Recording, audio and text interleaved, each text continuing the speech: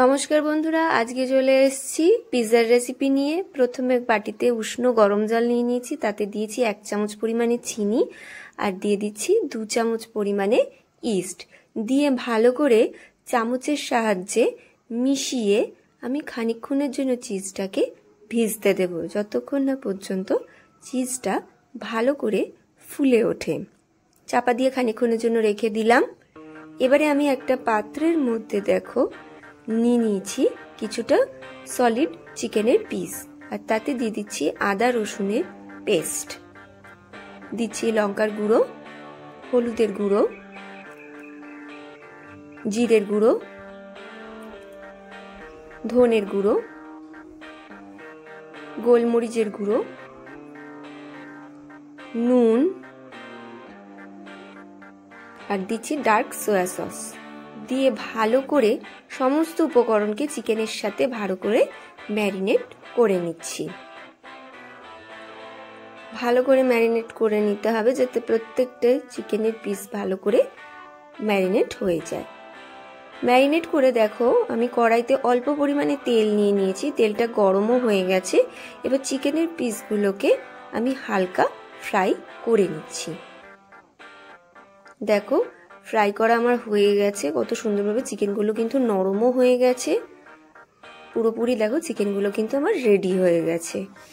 এবারে দেখো আরেকটা পাত্রে নিয়ে নিয়েছি ময়দা, তাতে দিয়ে দিচ্ছি অল্প পরিমাণে নুন,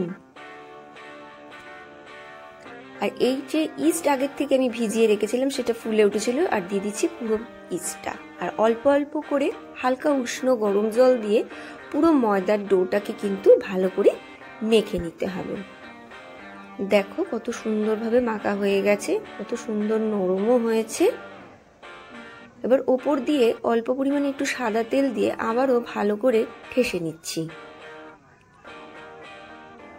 দেখো আবারও একটু তেল দিলাম, দিয়ে ভালো করে দেখো আমি গাটা মাখিয়ে নিয়ে খানিকক্ষণের জন্য চাপা দিয়ে রেখে দিলাম। খানিকক্ষণ পর এসে গেছি, দেখো ময়দাটা কত সুন্দর সফট হয়েছে, তুলতুলে হয়েছে, নরম হয়েছে। এবার এইভাবে হাতের সাহায্যে ভালো করে টেনে টেনে আমি আবারও মেখে নিলাম। একটা পাত্রের মধ্যে দেখো খানিকটা বাটার মাখিয়ে নিয়েছি। এবার ডোটাকে এরকম হাতের সাহায্যে চেপে চেপে ছড়িয়ে নিলাম পুরো পাত্রটার মধ্যে, আর ছুরির সাহায্যে একটু একটু করে ছিদ্র করে দিলাম।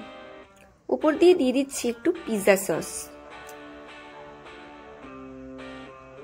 ভালো করে স্প্যাচুলার সাহায্যে পিৎজা সসটাকে চারদিকে ছড়িয়ে দিলাম। এবারে দিয়ে দিচ্ছি ওপর থেকে পেঁয়াজ, ক্যাপসিকাম, ডুমো করে রেখে রাখা পিসগুলো দিয়ে দিলাম, আর দিয়ে দিচ্ছি একটু টমেটো, দিয়ে দিচ্ছি রেডি করে রাখা চিকেনের পিসগুলোকে।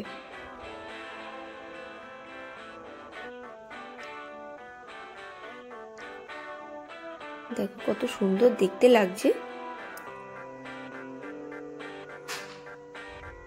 তোমরা এখানে বেবি কর্নও দিয়ে দিতে পারো, পনির দিতে পারো, যে যেমন খেতে চাও সেরকম দিতে পারো। আমি এখানে চিকেন পিৎজা করছিলাম বলে আমি এখানে চিকেনই দিয়েছি। ওপর দিয়ে দিয়ে দিচ্ছি টমেটো কেচাপ, দিচ্ছি মোজারেলা চিজ গ্রেট করে ওপর থেকে দিয়ে দিচ্ছি। চিজটা কিন্তু জানো তো পিৎজা মানে কিন্তু চিজটা একটু বেশি পরিমাণেই লাগে, তো আমি এখানে চিজটা একটু বেশি পরিমাণেই এখানে গ্রেট করে ওপর থেকে দিয়ে দিয়েছি। দেখো চিজটা গ্রেট করা হয়ে গেছে, আমি দিয়ে দিয়েছি। আর সাইড থেকে আর একটু বাটার আমি ময়দাটার উপরে অল্প অল্প করে দিয়ে দিচ্ছি, যাতে কোনোভাবেই থালাতে লেগে না যায় আর পুরোটা যাতে সুন্দরভাবে হয়ে যায়। এবারে দেখো গ্যাসে আমি কড়াই বসিয়ে নিয়েছি, কড়াইটা আমার বেশ গরম হয়ে এসেছে। একটা ঝিক বসিয়ে নিয়েছি, দিয়ে পাত্র যেটার মধ্যে আমি পিৎজাটাকে রেডি করেছিলাম সেই পাত্রটা বসিয়ে আমি চাপা দিয়ে দিলাম, দিয়ে খানিকক্ষণের জন্য হতে দিলাম মিডিয়াম আছে। আরেকটা জায়গার মধ্যে ওটিজিতে আরেকটা জায়গা তো এরম ভাবেই রেডি করে নিয়েছিলাম, সেখানে 2 থাকে আমি পিৎজা বসিয়ে দিলাম। তাহলে তোমাদের দুটোই দেখালাম, একটা গ্যাস ওভেন আর একটা ওটিজিতে। আগের থেকে ওটিজিটা তোমাকে প্রিহিট করিয়ে নিতে হবে, নিয়ে তারপর দিতে হবে। দেখো গ্যাসে ওভেনে যেটা আমি বসিয়েছিলাম কত সুন্দরভাবে হয়ে গেছে। এবার নামিয়ে নিয়েছি, প্লেটেও পাড়া হয়ে গেছে। ওপর থেকে দিয়ে দিচ্ছি চিলি ফ্লেক্স আর অরিগানো। এটা তো পিৎজার একটা দারুণ ফ্লেভার এনে দেয়। দেখো কত সুন্দর দেখতে লাগছে। ঘরোয়া পদ্ধতিতে এইভাবে তোমরা বাড়িতে পিৎজা বানালে সবাই, বড় থেকে ছোটরা সবাই কিন্তু খুবই পছন্দ করবে।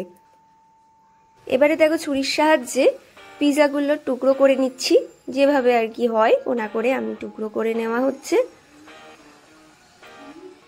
দেখো কত সুন্দর দেখতে লাগছে, আর বিশ্বাস করো খেতেও কিন্তু ততটাই সুন্দর হয়েছিল।